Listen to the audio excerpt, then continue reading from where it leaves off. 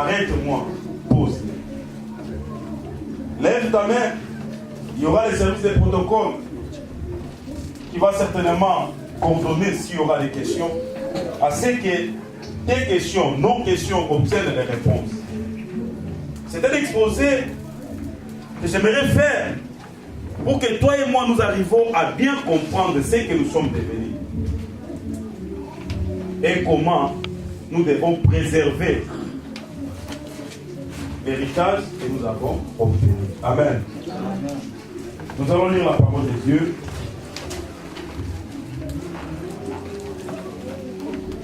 Nous allons lire le livre des psaumes.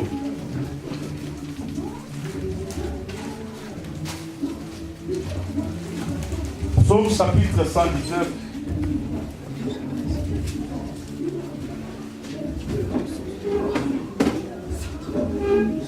L'église, vous y êtes? Psaume chapitre 119.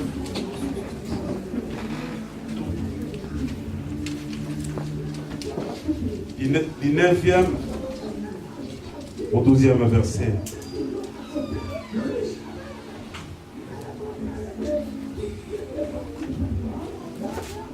Merci pour ceux qui ont compris, ils se sont levés. Certainement, ils ont compris que le respect avant tout, c'est à notre Dieu. J'aimerais inviter l'Église, le reste c'est à vous lever, nous voulons lire la parole de Dieu. Psaume chapitre 119.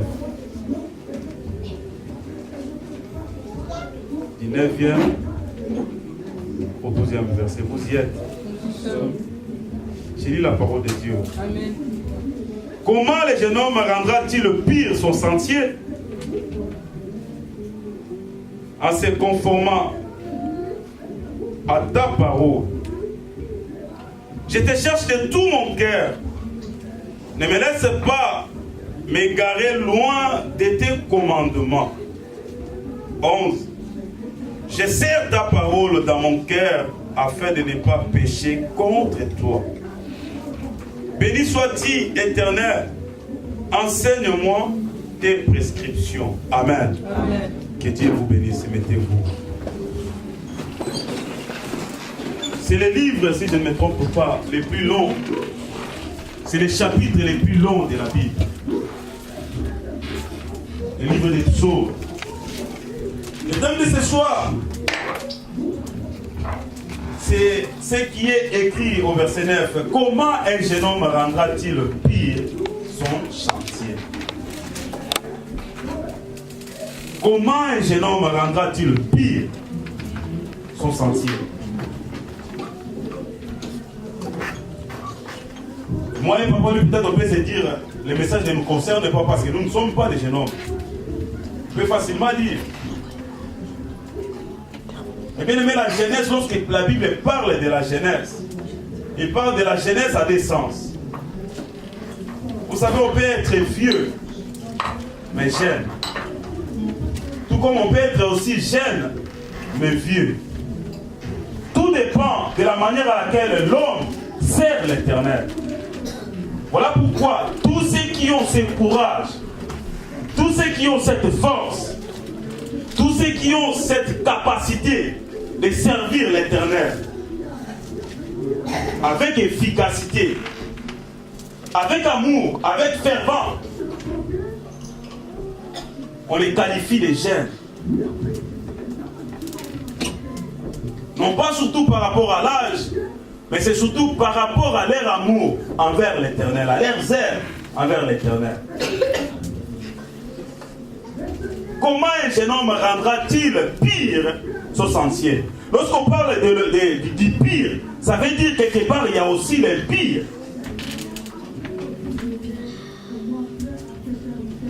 On ne parlera pas de l'empire s'il y a la pureté. Et vice-versa, on ne parlera pas de l'impureté s'il y a la pureté, des puretés s'il y a de l'impureté aussi. S'il n'y a pas d'impureté. Mais ici, la parole de Dieu nous pose, les psalmistes posent une question. Comment un jeune homme, c'est-à-dire celui qui sert l'Éternel avec force, avec efficacité, avec amour, avec audace, comment cette personne rendra-t-il pire son sentier?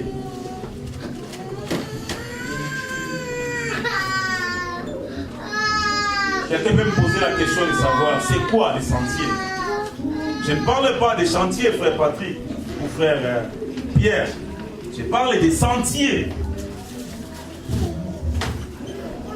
Les sentiers, en fait, c'est un parcours que l'homme a sur cette terre. C'est le parcours terrestre. Donc, ce parcours commence de la naissance jusqu'à la mort. Pour les uns, pour les autres, il peut commencer de la naissance jusqu'à l'enlèvement. C'est ce qu'on appelle le parcours de l'homme. David avait parcouru certainement un nombre de réalités, une certaine vie. Il est arrivé à un point, il a réfléchi, il a dit, mais comment un homme ou un jeune homme peut-il rendre ses parcours pires? Ça veut dire que le parcours sur cette terre est pollué. C'est un parcours qui est impur.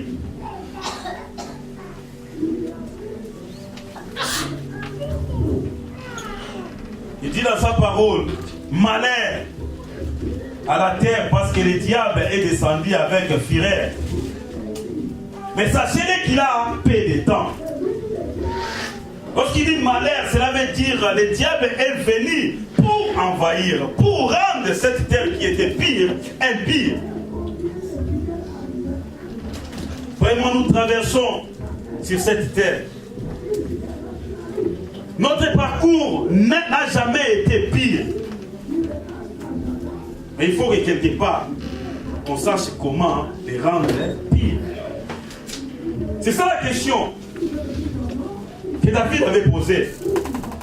Il n'a pas posé cette question en vain. Mais il a posé cette question. C'était surtout au regard de ce que lui-même avait traversé. Au regard de ce que lui-même avait vu. Au regard de ce qu'il a entouré. Il est arrivé à cette question. Et la question nous est posée ce soir. Comment toi et moi, nous devons rendre notre parcours pire? Je bénis le Seigneur parce que lui-même David, en posant cette question, il a donné là où les réponses. Et parmi la première réponse, il dit, comment un jeune homme rendra-t-il pire son sentier? C'est en se conformant à ta parole. Ça veut dire, en se donnant ou en prenant cette parole comme étant la sienne, en s'appropriant de cette parole, en prenant cette parole comme étant son mode de vie. Ce n'est que la parole de Dieu qui peut rendre quelque chose d'empire, pire. Ce n'est que la parole de Dieu qui peut transformer une personne. L'apôtre Paul, lorsqu'il est persécuté l'église, l'apôtre Paul, lorsqu'il travaillait, zélé pour la loi, aux yeux de l'Éternel, cet homme était impie. Parce qu'il ne se conformait pas à la volonté de Dieu.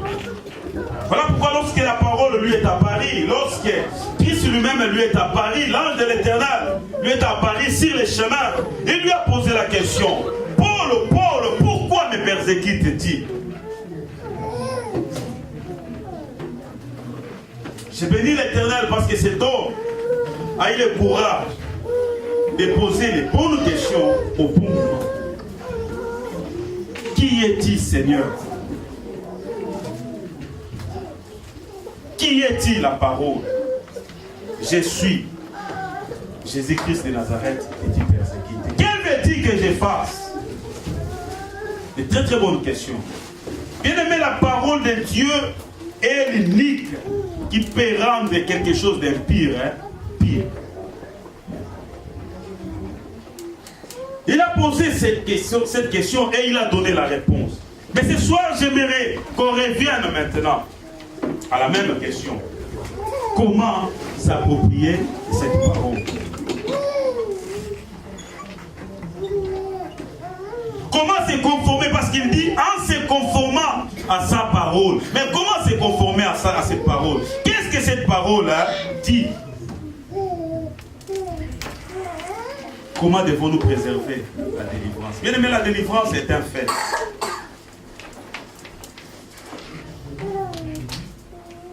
Lorsqu'on reçoit la délivrance, on peut aussi la perdre. Voilà pourquoi tu verras une personne aujourd'hui, il vient, je veux que vous me délivrez. On lui impose les mains, elle est partie. Le lendemain, il revient encore, je veux que vous me délivrez. On lui impose les mains, elle est partie. Après, ce sont des personnes qui ne comprennent pas ce que la parole de Dieu dit. Mais ça, nous voulons assez que dans l'équipe que nous sommes, dans l'église que nous formons, nous ne formons pas un grand nombre avec les têtes vides, mais nous formons surtout un petit nombre qui sera capable à comprendre la parole de Dieu et à l'interpréter. Ça, c'est une richesse. La richesse, ce n'est pas seulement lorsque l'église grandit. La richesse, c'est surtout lorsque l'église grandit en stature et en connaissance. Amen. C'est une richesse que nous avons du mal à trouver. Pourquoi? Parce qu'on vient dans l'église tel que nous sommes et on en sort aussi tel que nous sommes rentrés. Comment un jeune homme rendra-t-il pire son chantier? C'est en se conformant à ta parole. Qu'est-ce que la parole de Dieu dit? J'aimerais vous dire, la parole de Dieu dit ceci au sujet de la délivrance. Lorsqu'un esprit impur sort d'une personne, il est parti. Parce que le Seigneur a ordonné que cet esprit sorte. Mais lorsque la personne n'est pas consciente de ce que le Seigneur a fait dans sa vie, cette personne va ouvrir elle-même la porte. Et la Bible dit, quand le même esprit qui était sorti va retourner, il ne retournera pas tout seul. Il va ramener aussi les 7 autres afin qu'ils viennent retrouver dans la vie de cette personne leur permanence. Mais ça, c'est la parole de Dieu. Pour dire que la délivrance, c'est bien lorsqu'on la cherche. Mais dès lors qu'on ne préserve pas cette délivrance, on risque de devenir plus pire que son ancien état.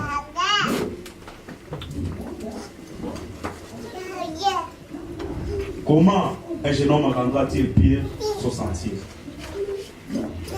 C'est assez conformant à ta parole. Qu'est-ce que la parole de Dieu dit?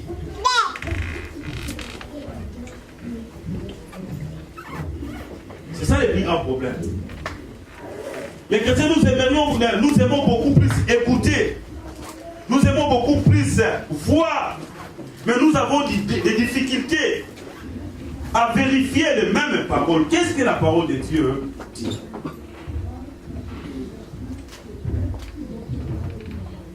La parole de Dieu est une épée à double tranchant. Cette même parole peut donner la vie. Cette même parole peut donner aussi la mort. Gloire au Seigneur, parce que nous sommes dans cette voie qu'on appelle la voie de l'Éternel pour obtenir le salut. Ma réalité, pour que toi tu sois délivré, comment tu l'as constaté? Comment tu l'as remarqué? Comment tu as fait pour en arriver là? La délivrance, c'est une affaire chrétienne. Quelqu'un me comprend? La délivrance, ce n'est pas une affaire des autres, mais c'est une affaire chrétienne. Parce que toi, tu as fait un pas essentiel vers l'Éternel. Voilà pourquoi tu as remarqué qu'auprès de toi, il y a encore un certain nombre de choses. On ne peut pas être délivré si on n'est pas conscient de ce qu'on est. Ça veut dire quelque part, tu as réalisé que dans ton parcours, tu voulais marcher, mais il y avait encore d'autres choses qui te retenaient. La parole, en se conformant à cette parole, qu'est-ce que la parole de Dieu dit? J'aimerais lire ensemble un certain nombre de passages qui vont nous aider à servir les bases. La parole de Dieu dit ceci, dans le livre des Romains. Romains chapitre 3, verset 23. Tous ont péché et sont privés de la gloire de l'Éternel. Amen. Ils sont privés de la gloire de l'Éternel. Je dis bien tous. Il ne nous dit pas quelques-uns ont péché. Mais il dit tous ont péché. Voilà pourquoi le monde est pollué. Voilà pourquoi le monde est impur. C'est le péché qui a apporté l'impureté dans le monde. Et dans le même monde que nous vivons. D'où nous ne pouvons pas vivre dans un monde pire et puis rendre notre sentier pire. Non. La question de David a été basée sur l'impureté de ce monde. Et Dieu ne veut pas que nous vivons dans un monde impur, mais que nous soyons impurs aussi. Mais il veut que nous vivons dans un monde impur, mais que nous soyons et demeurons pires pour lui. En se conformant à la parole de Dieu. Tous ont péché. D'où, comme premier point, la notion du salut, les salis. Il faut que la personne qui est délivrée soit dans ce que nous appelons le parcours du salut. Rentre dans les salis. C'est quoi les salis? Aujourd'hui, à 90%, je peux dire, à nous, les Congolais, en particulier ou en Africains, quelques Africains, si on leur pose la question, qui est-il qui va dire, je suis chrétien, pour ceux qui sont chrétiens, pas les musulmans par exemple, il va dire clairement, je suis chrétien. Mais lorsqu'on le dit, c'est quoi être chrétien? C'est là qu'il viendra un grand nombre de problèmes. Et parmi beaucoup d'entre nous, si on pose cette question, qui est un chrétien? Tu vas voir, beaucoup aura du mal à répondre. Mais le maître d'Abetsaïda nous gloire, c'est que les pays que nous sommes, nous ayons cette capacité de savoir qui nous sommes et pourquoi nous le sommes. C'est surtout ça. La notion du salut est une notion essentielle. Il la met dans la vie. Il y a 3 étapes les plus importantes de la vie d'une personne. Un homme doit naître, comme Christ l'a dit. La naissance. La naissance, c'est ce qui concerne le fait que toi tu es venu dans ce monde. Et dès lors que tu viens dans ce monde, tu viens trouver déjà le monde pollué. Tu es sorti de ta mère, de l'union de ton père et de ta mère, pour que toi tu sois créé. Tout le monde doit passer par là. Gloire au Seigneur, parce qu'ils ont cherché à créer des clowns. Je peux vous garantir qu'ils n'arriveront pas, parce que les souffles, c'est Dieu qui les donne. Ils peuvent créer les robots, ils resteront toujours les machines. Avez-vous déjà vu un robot dormir? Il y aura toujours les membres. Il y aura toujours une différence entre un robot et une personne humaine. L'homme est l'image de l'Éternel. Dieu a dit, créons l'homme à notre ressemblance. Ça veut dire, quand Dieu voyait l'homme, il voyait une partie de lui-même. Il a donné de l'importance dans cet homme.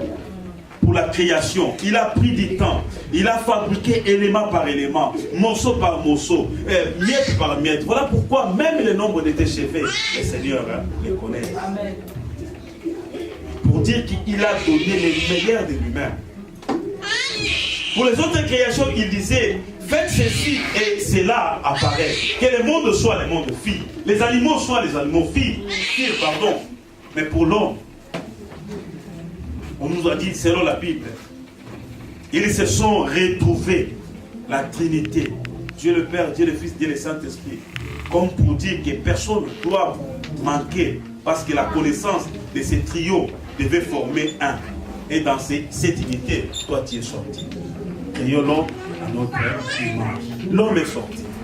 Voilà pourquoi tu as de la valeur aux yeux de l'Éternel, que personne ne te néglige. Ton mari peut te négliger aujourd'hui. L'État peut te négliger. Tes enfants peuvent te négliger. Et bien aimé, il y a une seule personne qui ne te négligera pas. C'est ton Créateur. Amen. Parce qu'il connaît vraiment ta vie. Lorsqu'on parle de la délivrance, ça veut dire Dieu veut que toi tu marches librement en conformité avec sa parole. Il veut que tes marches, tes pas soient suffisamment conformément à ce que Dieu lui a dit. Il ne veut pas que tu sois limité seulement dans un rayon. Non. Il veut que tu sois libre. C'est ça. Si le Fils de Dieu vous a franchi, vous serez réellement libre. C'est dans la liberté que Dieu veut que nous le servons. Et la deuxième étape, c'est l'étape que nous appelons la nouvelle naissance. C'est-à-dire l'homme né. Il va grandir. Mais quand il va grandir, il va prendre de la conscience. Et comme il vit dans un monde impie, dans un monde pollué, l'homme doit décider. Dieu a fait dans l'homme ce que nous appelons les libres choix. À Éden, il avait mis Adam et Ève. Il leur a tout donné. Tout sauf rien. Tout sauf rien. Adam ne manquait rien, Ève ne manquait rien. Et il leur a dit, vous avez la possibilité de choisir. Faites le choix de la vie ou de la mort. Et dès la création, Dieu voulait que l'homme soit responsable de ses actes, soit responsable de ce qu'il va poser, soit responsable de ce qu'il va dire. Voilà pourquoi dans le monde actuel, si on veut te responsabiliser, on va dire quoi? Après avoir fait la déclaration, tu dois faire quoi? Tu dois signer. Dès lors que tu mets ta signature, ça veut dire tu approuves tout ce que toi tu as écrit. Malheureusement, il y a les uns, après avoir signé, quelques heures après, ils rentrent et disent non, la base m'a dit de retirer ma signature. Bien aimé chez Dieu, il n'y a pas de base. Quand l'Éternel dit, il le dit. L'homme peut retirer sa signature parce que la base le lui réclame. Mais lorsqu'on signe devant Dieu, bien aimé, on prend un engagement solennel. Je mets devant toi la vie et la mort. Tu choisis la vie, tu resteras ferme dans ton choix. Tu choisis la mort, tu resteras aussi ferme dans ta mort. Mais Dieu dit, moi je te conseille et choisis la vie. La base de Dieu, c'est Dieu lui-même. Il n'aura pas de base, d'autres bases.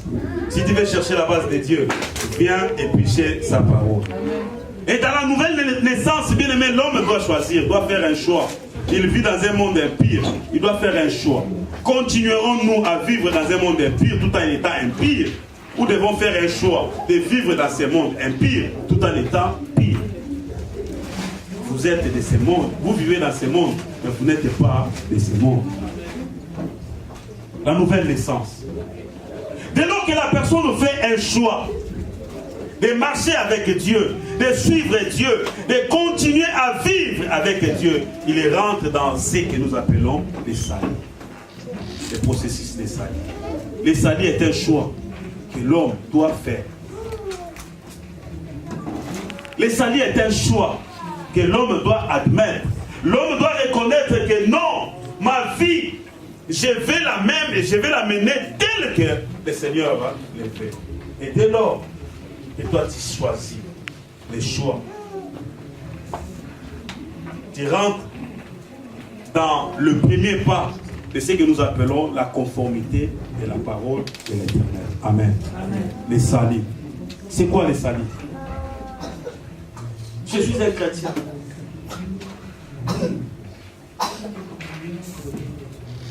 Et les autres disent, dans un certain nombre de chants, je crois, je ne sais pas, j'ai oublié la chanson. Oui,